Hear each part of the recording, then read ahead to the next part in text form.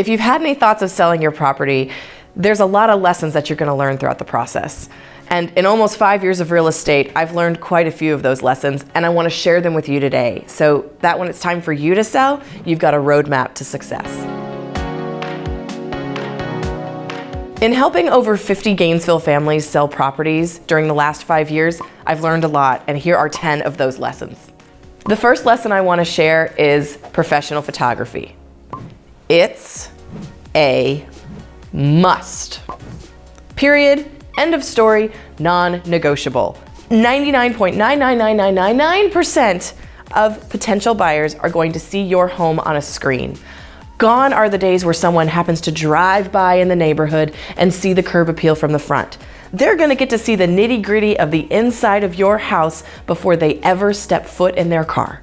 I understand that cell phones have great cameras now, and that some of you may even have a really great DSLR, but I've had customers who promise me they're going to take really great photos. I can tell you that even if your photos are great, they will never be as good as a professional photographer who does real estate photography. Your really good friend who photographs babies is amazing. They don't photograph furniture, so stick with your agent and go with a professional photographer. End of story. 2, pricing strategy matters, and it matters in any market. Whether we're in a buyer's market where there's 1,000 homes on every single block and you can't give it away, or in a market similar to today where you can barely put the sign in the ground before you have 5 offers and everything goes over asking. The key to pricing is making sure you create the demand. I had a listing one time where I had all the data to support the price I wanted them to list at, and they insisted going above it.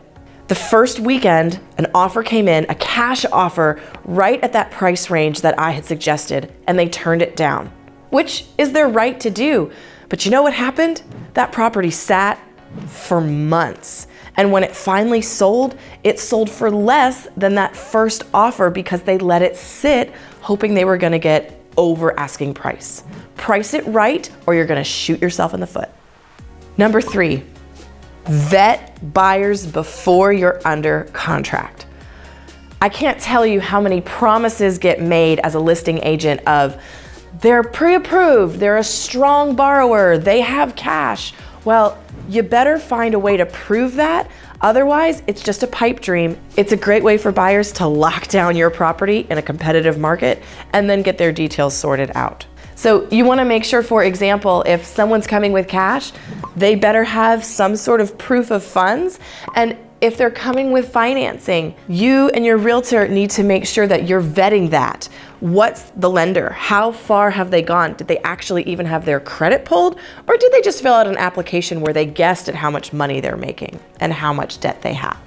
And experience matters with that, because an agent who's done this before is going to know which lenders do what they say they're going to do, which lenders are always going to cause you headaches, or perhaps which agents just like to make false promises to get their buyer's offer accepted, hoping that they're going to negotiate a week or 2 from now. Number 4, communication between you and your agent is key. See what I did there? I actually went to a seminar and Chris Voss was a speaker. He's got an amazing book called Never Split the Difference, and he was an FBI negotiator. If somebody important was kidnapped or being held, that's the guy they called in to come and handle everything. And he had a great success rate, and one of the things he talked about was communication. The lesson that I learned from him was to set up a day and a time of when you're going to speak to, in his case, the families, in my case, customers. So one of my listing practices is always to set up a certain day that I'm going to call and update my sellers, or text or email, whatever communication they prefer. But it's been such a great lesson because having that steady communication means that everybody knows what's going on and nobody's feeling left out. Lesson number 5, you as a seller need to go away. Not forever, but just for showings and for open houses. I had a seller a while ago who was so fantastic. He was so nice and so helpful and just wanted to do whatever he could, and he insisted on being present for showings and for the open house. It was a horrible decision. In his effort to be helpful, he just talked way too much and shared every single story about the house and shared every single repair that had ever been done and scared the heck out of every single buyer that walked through that door. So sometimes what you deem as being helpful is actually harmful to the sale of your home. Yes, you have to disclose anything that could materially affect the value. Yes, you have to let buyers know what you've done, but to stand there in a living room for 10 minutes and talk about all the cracks you filled and all the repairs you did is just gonna scare people away. Number 6, some people are gonna hate me for this one, but closing attorneys are the way to go. Title companies are wonderful. I work with them often and they do a great job. But a closing attorney, while you're gonna pay a little bit more for, is 100% worth every penny. And here's why. When it hits the fan, because in real estate, it's going to, you already have somebody on your team and on your side that you can call and consult with. Because if there's an issue with square footage or some kind of issue with the contract deadline, a title company is gonna be able to take care of your paperwork, but they're not gonna be able to advise you on the legality of your transaction. Closing attorneys can. And for the biggest financial transaction of your life, hire the best person and get an attorney. There was one time early in my career where I had to deal with a dirt road. Who would have thought that a dirt road could cause so much angst, but boy, did it. And in that transaction, the issue came between the house at the end of the dirt road and the fact that the bank wanted me and the other agent to get signatures from the entire road that they were going to maintain the road. Basically, protect the road so that if this house goes into foreclosure, we can sell it. It was an absolute nightmare, and getting attorneys involved ultimately ended up being necessary, but the fact that we already had one in the transaction made it 10 times easier. Because when they're in the transaction with you, a quick email or phone call can solve that problem. If you haven't even retained one, it could be a week or more before you get an answer. Get an attorney. It's the biggest financial transaction of your life. Pay a couple extra $100. Number 7, and this is a continuation on my attorney talk, because a reminder, I'm not one, so make sure that you consult one. But I can tell you from experience that a divorce decree does not supersede a mortgage or a tax lien. I had a listing one time and it was a doozy. When realtors say we could write books, we're not lying, because we have some of the best stories you'll ever hear. But in this particular listing, I was dealing with a great seller who had been divorced, who at the listing appointment, I asked how that was going, the ownership of the house, and they pulled out the divorce decree, which in black and white very clearly stated that they owned the house and that they could sell it and maintain all proceeds of the sale. We had a closing attorney, we had them review those docs, everything was good until we got under contract, got through inspections, and got the title search back to learn that the ex had a massive tax lien on the house to the tune of about $30,000. And because it was still on the house, it superseded the current ownership.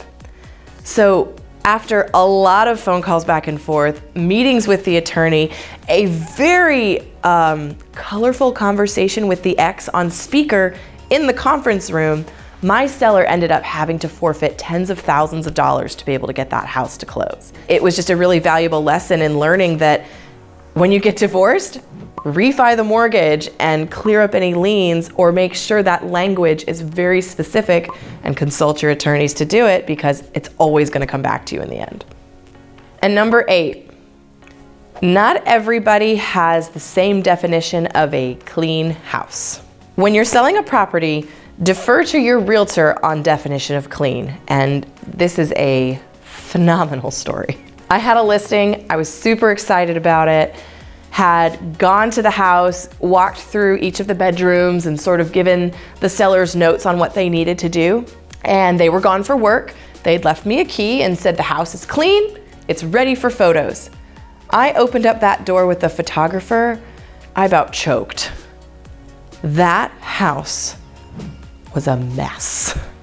Dishes in the sink, laundry everywhere, beds unmade, I was waiting for Ashton Kutcher to jump out and say that I had been punked. But I remember vividly looking at my photographer who had the same look of shock on his face, and I said, "You start on the outside, I will handle this." And I proceeded to walk through that entire house and just hide crap. I put stuff in drawers, I put stuff under beds, I made beds, I threw towels in the closet, and I told my seller, I said, "I've rearranged a little bit. If you're looking for something, look in the nearest drawer."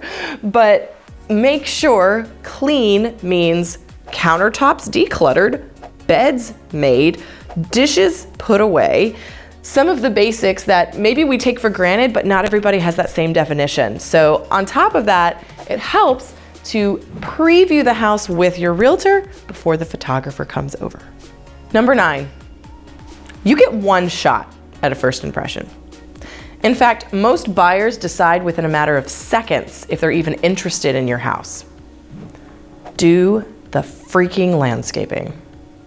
This has been such a fun trip down memory lane of some of my more memorable listing experiences, and this one's no different. There was one time that I had a listing and was working with a seller whose yard was like a literal jungle full of crap. The kind of stuff that nobody really wants to deal with, including the seller. So they opted not to. And we went under contract, but throughout the entire transaction, the questions kept coming up. Is this gonna be removed before closing? Are they gonna take this away before closing? And it was kind of like pulling teeth to get that done. But what I can tell you is it's worth doing the yard work. And if it's crap that you don't wanna deal with, sorry, your buyer is not gonna wanna deal with it either. So hire somebody or take a couple of weekends and do the projects you've been putting off, because if you don't wanna do them, nobody else does either.